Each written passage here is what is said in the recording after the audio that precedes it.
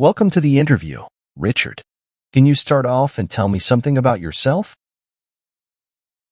Well, first of all, thank you very much for giving me this opportunity today.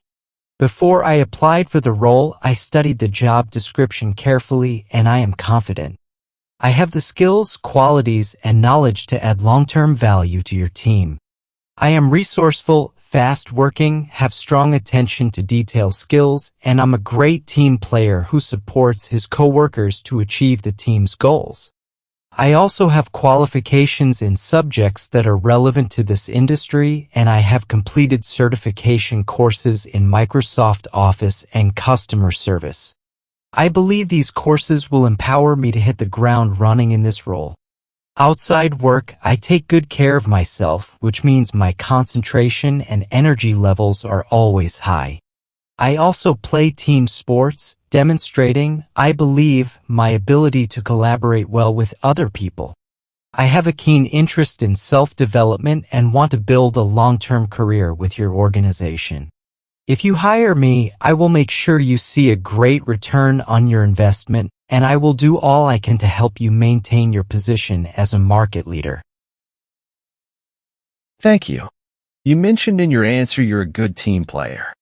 Tell me about a time when you worked within a team. Yes, no problem. In my previous job, I was asked to work in a different team because 2 people had gone off sick.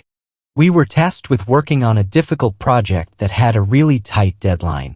So I suggested we analyze the project briefly again and then delegate tasks based on each other's strengths. I also suggested we break down the project into 4 manageable sections and then complete each section before moving on to the next one. This approach would mean we all got to work closely together to speed up the process, and it really worked. Throughout the project, we communicated often. We supported each other, put forward ideas, and we all focused on the end goal.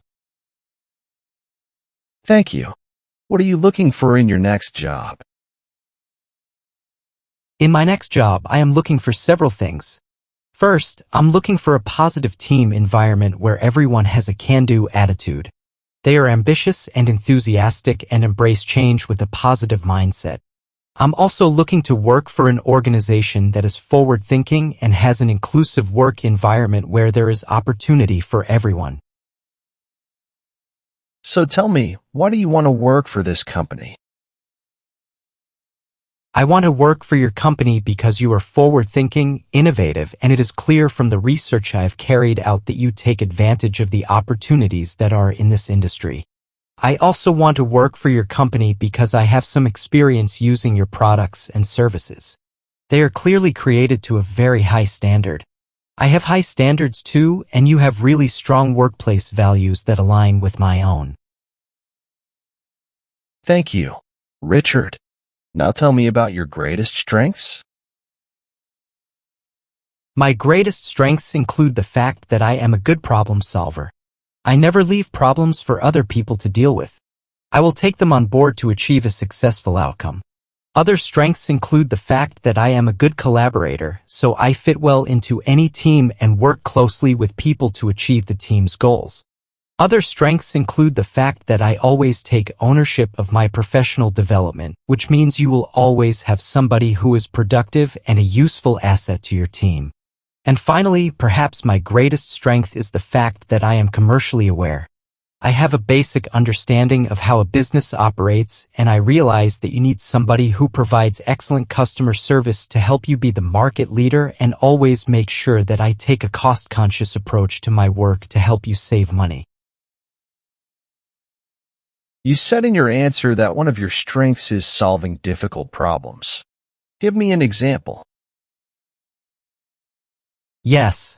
In my previous job, I was faced with a difficult situation to deal with.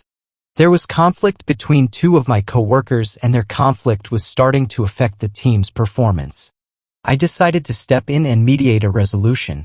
I met with my coworkers in private and asked them questions to establish the cause of the conflict. And I quickly determined that it was down to their different styles of working. So, I then facilitated a conversation between them both. And I encouraged them to find an amicable way forward for the benefit of the team. Eventually, after several minutes of discussions, they agreed to focus on the team's goals and set aside their differences.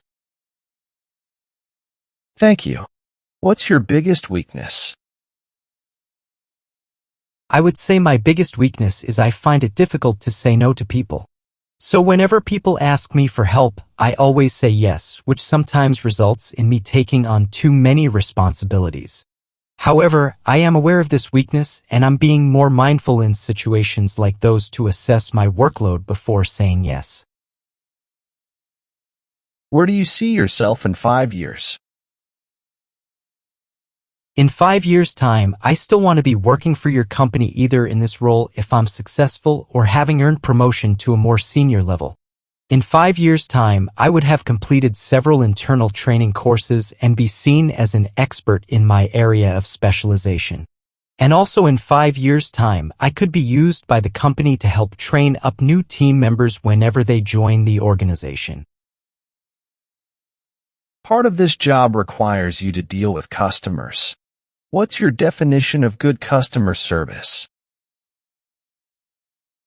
My definition of good customer service is always making sure you go above and beyond what the customer expects to make their experience with your company a memorable one. This means that they will then either leave a really good review about the organization, which will help increase sales, or they will recommend you to their friends and family in a highly competitive industry. It's important to always go above and beyond for your customers. How would you deal with a difficult customer? I would deal with a difficult customer by focusing on their needs, asking them questions to establish the problem, apologizing quickly if the company was at fault, and also listening to them. I think when you're dealing with a difficult customer, it's always important to listen, take notes, and show them that you care about their situation while dealing with a difficult customer. I would never take anything they said personally, and I would always focus on achieving a successful outcome that they were satisfied with. What would you do if you didn't get on with someone in your team? If I didn't get on with someone in my team, I would first assess my own words and actions to make sure I wasn't contributing negatively to the situation. I would then try to find a common connection with my coworker and suggest that we work together on difficult projects and tasks to help improve the working relationship. I would always do all I could to help improve the working relationship for the benefit of the team. Tell me, how do you prioritize your work? I always prioritize my work based on the goals and objectives of my employer. So I will write down a list of the tasks and projects I am responsible for, and I will then color code them in order of priority. Red tasks are urgent and require my immediate attention. Orange tasks come second, and then green tasks can be left for when I have more time available. How do you handle stress and pressure? I handle stress and pressure by first and foremost making sure that I remain calm, because when you remain calm, you can gain clarity of the situation and then you can put steps in place to achieve a successful outcome. I handle stress and pressure by focusing on facts, evidence, and information.